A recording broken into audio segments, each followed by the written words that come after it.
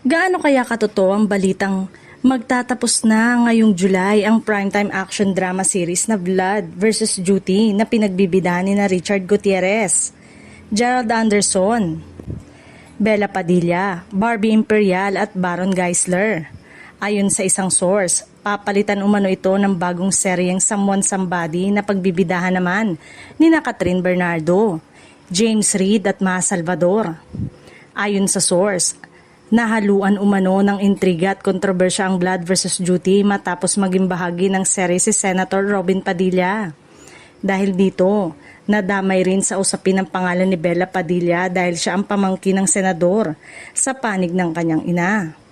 Kasama rin sa cast ng seryeng nakatatandang kapatid ni Senator Robin Padilla na si Romel Padilla. Noong April 2026 lamang nagsimulang umere ang Blood vs. Duty. Sa kabila ng magandang konsepto, matitinding action scene at dekalibreng cast na binubuo ni Richard Gutierrez, Gerald Anderson, Bella Padilla, Barbie Imperial, Baron Geisler, Robin Padilla at Romel Padilla. Marami ang nagsabing maganda ang pagkaka-execute ng bawat episode at mataas ang kalidad ng production. Gayunpaman, ayon sa source, unti-unti umanong naapektuhan ang ratings ng serye, kasabay ng paglabas ng iba't ibang kontrobersyang iniuugnay rito. Bagamat wala namang inilalabas na opisyal na pahayag na nagsasabing ang kontrobersya ang direktang dahilan ng pagbaba ng ratings. Ito umano ang naging obserbasyon ng ilang taong malapit sa industriya. Nilinaw rin ng source na walang anumang kinalaman si Bella Padilla sa naging pagpasok ni Robin Padilla sa serye.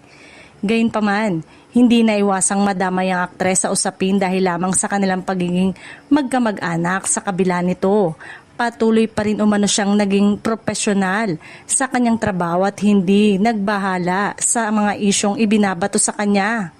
Nakakalungkot lamang isipin na ang buong cast at production team, kabilang sina Richard Gutierrez, Gerald Anderson, Bella Padilla, Barbie Imperial, Baron Geisler, Robin Padilla at Romel Padilla ay umano'y naapektuhan ng mga intriga na hindi naman nila inaasahan. Sa kabila ng pagsisikap ng lahat na lalo pang pagandahin ang bawat episode ng Blood vs. Duty, patuloy pa rin naging usap-usapan ang mga kontrobersyang bumabalot sa serye.